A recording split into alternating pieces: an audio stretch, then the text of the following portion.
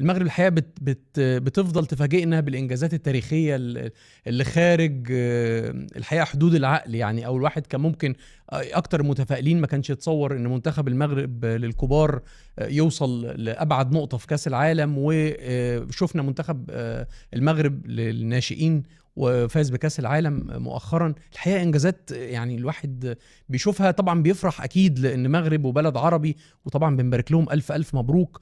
انجاز تاريخي فعلا يشرفنا كلنا كعرب. لكن في نفس الوقت احنا برضو يعني غصب عنك بتلاقي نفسك بتعمل اسقاط على نفسك كده، وبص انت وصلت لفين والناس اللي زيك في المنطقه اللي انت فيها وصلت لفين. فعايز اسمع رايك يا محمود في الموضوع. بص يا شريف، هو طبعا يعني انت بتقول اكتر المتفائلين ما كانش متخيل ان ده يحصل. ممكن بالنسبه لنا احنا في هنا في مصر، في حد في اوروبا، حد ما حدش عارف الناس دي شغاله ازاي. لكن الناس دي شغاله بسيستم، بنظام، عشان في الاخر يوصلوا. تمام. انت قيس على كده، شوف المنتخبات هم من 22 خدوا رابع كاس عالم، 23 الاندر 23 بتوعهم خدوا افريقيا، 24 برونزيه في الاولمبيك جيمز، السنه دي واخدين كاس العالم. حاجه تمام. فانت لازم تبص، واخدين افريقيا، كاس الامم افريقيا كمان تحت 20 سنه. ما انا قلت لك في 23. فانت لازم تشوف الناس دي اشتغلت ازاي، الناس دي عملت ايه. صح. تمام. هي الفكره كلها مش فكره ان احنا يعني مش انت تقصد ان انجاز مش وليد الصدفه يعني، مش بالحظ الكبار، لا كبار ولا الناشئين. طبعا الناس ماشيه بسيستم. الناس دي انا هديك امثال بسيطه. الناس دي اول حاجه هم مش شغالين على مدربين، على اللعيبه بس، ولا على الانديه بس، شغالين على المدربين كمان. يعني الراجل وهبي اللي ماسك محمد وهبي ده ايه تعرف عنه ايه؟ محمد وهبي ده اصلا مدرس، اساسه اصلا مدرس. تمام. هو الراجل عايش في بلجيكا، ابتدى يدرس، خد الايه كان مساعد لفريرة كمان، مدير فني للزمالك. عارف شريف قعد 10 سنين بيدرب في قطاعات الناشئين. تمام. مسك في اندرلخت، قعد يمسك اندر 15 واندر 17 وبتاع 10 سنين. وبعد كده جم خدوه فهو في كرايتيريا معينه بيختاروا بيها المدربين. تمام. الراجل جه مسكوه المنتخب امتى؟ من 22. ففي مشروع يعني، في مشروع طبعا. في مشروع. وقيس على كده يعني قيس على كده الفرق كلها. يعني مثلا معلش هخرج من الموضوع سنه، بس هروح مثلا ديلافوينتي بتاع اسبانيا. ديلافوينتي بتاع اسبانيا. ايه قصته برضو؟ الراجل ماسك قطاعات الناشئين، كان ماسك في سيفيا، وراح ماسك في اتلتيكو بالباو قطاعات ناشئين. بعد كده مسكوه اندر 19، خد بيهم بطولة اوروبا. بعد كده مسكوه ال 23 الاولمبيكس برضو خدها. بعد كده طلع الفرق الكبيرة. احنا عندك ايه بقى؟ بتعمل ايه؟ قول لي احنا عندنا بنعمل ايه؟ انت جبت اسامة نبيه بناء على ايه؟ دي نقطة كمان عايزين نتكلم فيها، بس يعني خلينا انا بقول لك الفكرة كلها. بس انا برضو مش يعني خلينا هنتكلم فيها دي، بس هو اللوم برضو مش على اسامة نبيه ولا على غيره. اكيد طبعا. هو فين في انت يعني مين اللي بيخطط ومين اللي ايه تخطيطك؟ ايه تخطيط للتطوير وكذا. هم لما عملوا محمد السادس دي عملوها ليه؟ عشان ايه؟ عشان يجيبوا لعيبة ويطوروا اللعيبه ويبيعوا اللعيبه دي بعد كده. هو مش فكره ان هو بيجيب اللعيب ويعمل. احنا كان على ايامنا في مدارس الموهوبين في مصر بالزبط. بس مدارس الموهوبين ما كانتش بتطلع لعيبه. كان بيبقى لعيب في الاهلي وفي مدرسه الموهوبين، في الزمالك وفي مدرسه الموهوبين. لكن ده ما فيش الكلام ده. هم بيجيبوا اللعيبه. قال لك ابتدى المشروع في 2000 لا هم ابتدوا من 7 ل 10. ابتدوا الفكره كانت 7. في 2010 ابتدوا الموضوع ده. قعدوا اختاروا 50 لعيب من سن 13 سنه ل 18 سنه. قال لك هم دول 50 لعيب دول بقى ناديين يشوفوهم كشافين، مش ناديين يروحوا الانديه ياخدوهم. ففي ناس ماشيه بسيستم، ماشيه بنظام. اعتقد ده المغرب اشتغلت عليه. يعني المغرب كانت شغاله بنفس البلان ده. المغرب بتجهز الجيل اللي خد كاس العالم ده انه يروح ياخد كاس العالم في المغرب 2030. يعني شوف الناس بصه لفين وبيتكلموا مع الولاد بالشكل ده. انتوا اللي هتاخدوا كاس العالم 2030. كاس العالم. فتحس ان هو الناس واخده كاس العالم زي ما شفت كده. لعيبه المغرب كسبت كاس العالم ولا كأن في حاجه، يعني زي السلام عليكم. يعني ما فيش حاجه خالص. وحتى الماتشات ما تحسش ان كان المنتخب المغربي هو بيلعب. يعني الماتشات بتلعب الساعه 3 الصبح هنا، وانا كنت بقعد اسهر اتفرج عليها. ما تحسش ان المنتخب المغربي بيجد صعوبه باقل مجهود. الهجمه بتخلص كل الماتشات. ما تحسش ان ما عدا ماتش فرنسا بس. ماتش فرنسا اللي فرنسا فعلا تعبتهم جامد. بقيه الماتشات كلها برازيل اسبانيا باقل مجهود. لو في 2-0 الشوط مواهب الاول. محمود، في مواهب انا ما اعرفش انت تابعت انا اتفرجت ولا لا؟ شفت كل الماتشات. مواهب خطيره لا شفت كل يعني. الماتشات. احنا ما عندناش مواهب دي يا بس جماعه. انا برضو بس عايز ارجع لنقطه التخطيط يا شريف. فكره المغرب دلوقتي عاملين ايه؟ منتخب 2010 تمام. منتخب 2010 مجهزينه بقاله سنه، اللي هو هيلعب كاس عالم في 2027. طيب انا بس عايز اسالكم على حاجه، تمام؟ عايز ابص عليها بس طبعا انا مش حافظ الاسامي. ان نزلت القائمه بتاعت احسن لاعب في افريقيا داخل القاره وخارج القاره، واحسن نادي في افريقيا.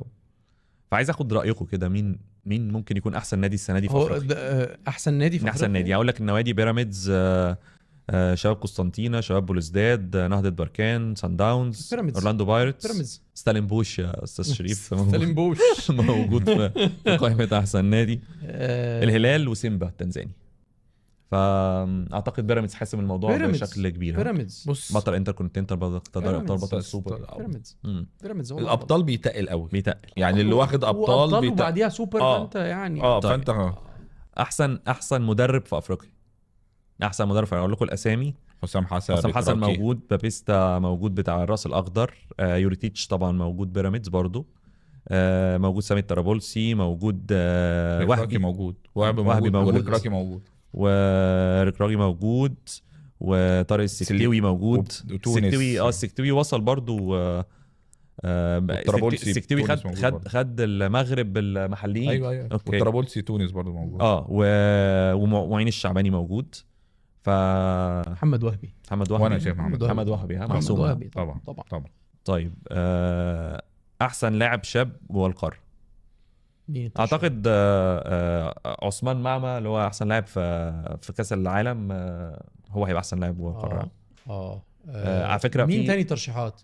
يعني انا مستغرب ان ياسر الزبيري مش موجود. ياسر الزبيري اللي هو هداف كاس العالم. مهاجم يا جماعه مش طبيعي. خيالي ده، مهاجم مش طبيعي. انا يعني مش عارف بصراحه الراجل ده زي ده اللي بيلعب في البرتغال لسه لغايه دلوقتي ازاي. لا ده هو اصلا كان في الاكاديميه محمد السادس وطلع على مش فاكر نادي ايه في المغرب. وبعد كده طلع من المغرب على البرتغال. وبعد كده البرتغال كانتش عايزه تطلعه كاس العالم. مش عايز يجيبه، كانش عايز توديه كاس العالم. وهو اصر وبتاع راح مع كابتن الفريق انا سمعته وطلبه من المدرب يعني ما اعرفش مدى صحه الحدوته، بس انا سمعتها برضو. انا شايف عثمان معمى يعني عثمان معمى جامد قوي قوي. لعيب مش طبيعي بصراحه. اعتقد هو الاقدر. لعيب مش طبيعي.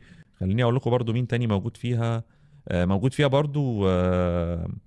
حسام الصادق اللي هو كابتن الفريق المغرب، اللي هو رقم 8. لعيب ما اعرفش انت اكيد عارف لعيب برضو لعيب مش طبيعي، تكتيكي قوي رقم 8 في الملعب. ولكن اعتقد انها محسومه شويه لعثمان. لا عثمان معمى جامد قوي. طيب احسن منتخب في افريقيا. حلو. وتخيلوا ان ما بين ضمن احسن منتخب في افريقيا في منتخب المغرب ومنتخب المغرب تحت 20 سنه يعني. مرشح المغرب بمنتخبين ما بين احسن منتخب في افريقيا: الجزائر، كاب فيردي، كوت ديفوار، مصر، السنغال، غانا، تونس، جنوب افريقيا. منتخب المغرب تحت 20 سنه. انا شايف المغرب طبعا الكبار. الانجاز تاريخي انا شايف بس المغرب كبار. انت قعدت 20 سنه ما المغرب كبار يا جماعه. عمل انجاز برضه مش تبقوا عارفين. المغرب كبار بقى اول منتخب في العالم يكسب 16 مباراه متتاليه. يكسب 16 مباراه طبعا. كاب فيردي طبعا عملوا انجاز برضه فظيع. اعتقد ان ما بين المغرب وكاب فيردي ما بين الثلاثه دول 600,000 نسمه بتصعد لكاس العالم. حاجه يعني انجاز كبير طبعا. انجاز كبير. خلينا نختم باحسن لاعب افريقي. اقول لكم الاسامي. احسن لاعب افريقي يعني بره القاره. ما احنا قلنا بره القاره بقى. بره القاره احسن لاعب في افريقيا. ماشي. في طبعا خلي بالك فيستون مايلي مرشح لاحسن لاعب في افريقيا. اوكي. ومين تاني؟ طبعا محمد صلاح، فرانك انجويسا، نابولي. بنتكلم في اشرف حكيمي، بنتكلم في فيكتور اوسيمين، بنتكلم في بابي ماتارسار، داي ايفرتون. يعني بالتالي مش هتخرج بره. جراسي لعيب باير ليفركوزن. يعني يمكن الواحد صلاح بعيد بعاطفته شويه، بس هو صلاح بقى له فتره فعلا بعيد. انا شايف حكيمي طبعا. اشرف حكيمي حكيمي ممكن اشرف حكيمي. انا بالنسبه لي اشرف حكيمي. وانا شايف اشرف حكيمي يعني خلاص ما تخرجش بينك عرب يعني. خلاص لو مش هياخدها صلاح يبقى ياخدها حكيمي. طيب يبقى المغرب اكتسحت المغرب اكتسح الجوائز 100% جوه القاره وبره القاره 100%. منتخبات، ما عدا بس البيراميدز لان هو افريقيا افريقيا وعنده لعيب مغربي بينافس على احسن لاعب برضه يعني فاهم يعني بالظبط، برضه. بالظبط. وزي ما بدأنا الحلقة بنبارك للمغرب، بنختم الحلقة واحنا بنبارك للمغرب والمغاربة الانجاز التاريخي ده. طبعا مظبوط. الف مبروك طبعا المنتخب المغرب والشعب المغربي. حاجه بصراحه فخر يعني، فخر لينا كعرب ان احنا يعني بكلم احنا بنصحى الساعه 3 الصبح 4 الصبح عشان نتفرج على منتخب المغرب تحت 20 سنه، فحاجه بصراحه يعني فخر كبير. انا شايف كابتن هاني ابو ريده ياخد فوزي لكشه تحت ايده كده، يساله انت بتعمل يسأله ايه؟ بس ايه الموضوع؟ انت بتعمل ايه يا عم؟ طب ونعمل زيك.